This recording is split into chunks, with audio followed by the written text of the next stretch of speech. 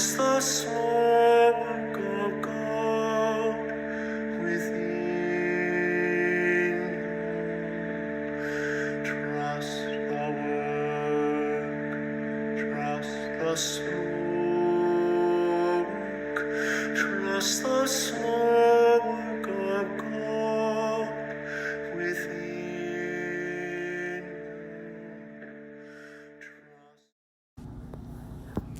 Welcome, Marcel. I wonder if you could begin by just introducing yourself. My name is Marcel Varoz. I am a baptized, confirmed, member in the DRG, St. Mark's Church. Thanks. Can you tell folks what are your current context for your work and ministry? I love Christ. Crucifer, volunteer, active participant at church. Ministry to make room in church for people with disabilities. Bring joy. Show God's love. In a few words, what would you say that your work in life is fundamentally about? Bring joy. Show God's love. Pray. And I wonder, at this point in time, what shape is that life work taking?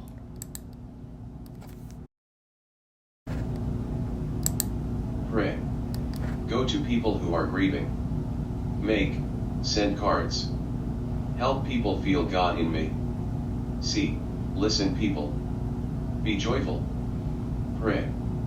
Help people understand me, not fear different people who seem different. Pray with Reverend Rhonda. What other shapes has your life work taken in the past?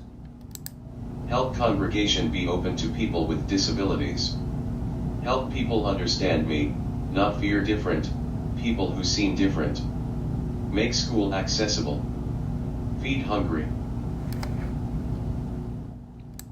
And what do you believe it means, or what does it mean for you to be a baptized person in the Episcopal Church? Active participate. Go to church. Pray. Love all. Listen, grow from the Gospels. When do you feel most alive?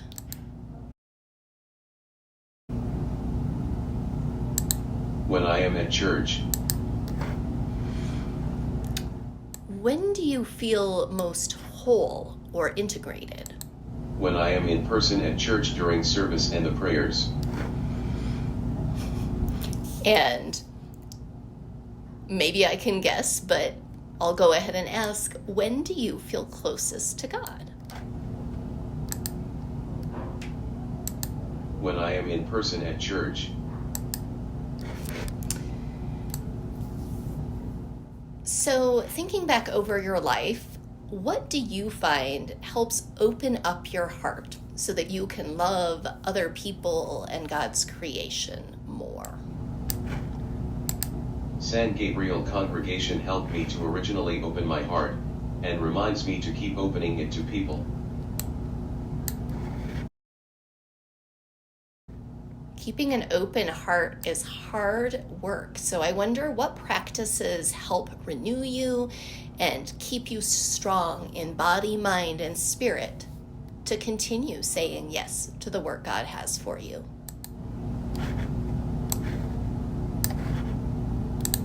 Pray. Being with spiritual friends. Go to church. Participating at church. Being in nature.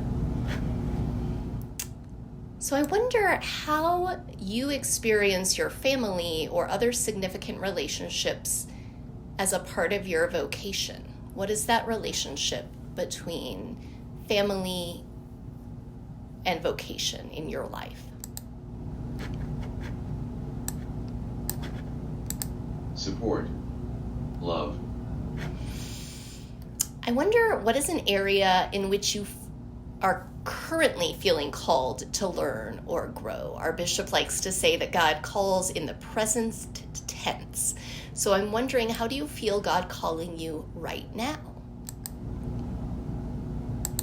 Talk people about vocation. Work for human rights of all. Who have been some of your role models and mentors in faith and in ministry? Reverend Rhonda, Louise, Christ. I wonder what advice or encouragement you might offer others on their journeys of vocational discernment. Do journal always, listen for God, write it. Look, listen, be aware of, and keep track of messages from God. And do you have any closing words?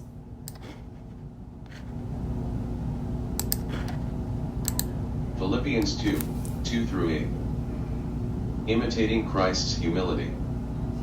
Therefore, if you have any encouragement from being united with Christ, if any comfort from his love, if any common sharing in the Spirit, if any tenderness and compassion, then make my joy complete by being like-minded, having the same love, being one in spirit and of one mind.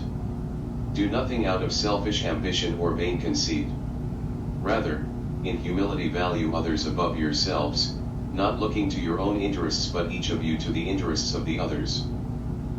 In your relationships with one another, have the same mindset as Christ Jesus, who, being in very nature God, did not consider equality with God something to be used to his own advantage. Rather, he made himself nothing, by taking the very nature of a servant, being made in human likeness, and being found in appearance as a man, he humbled himself, by becoming obedient to death, even death on a cross. Trust the work, trust the small work, trust the small work of God within. Trust the work, trust the small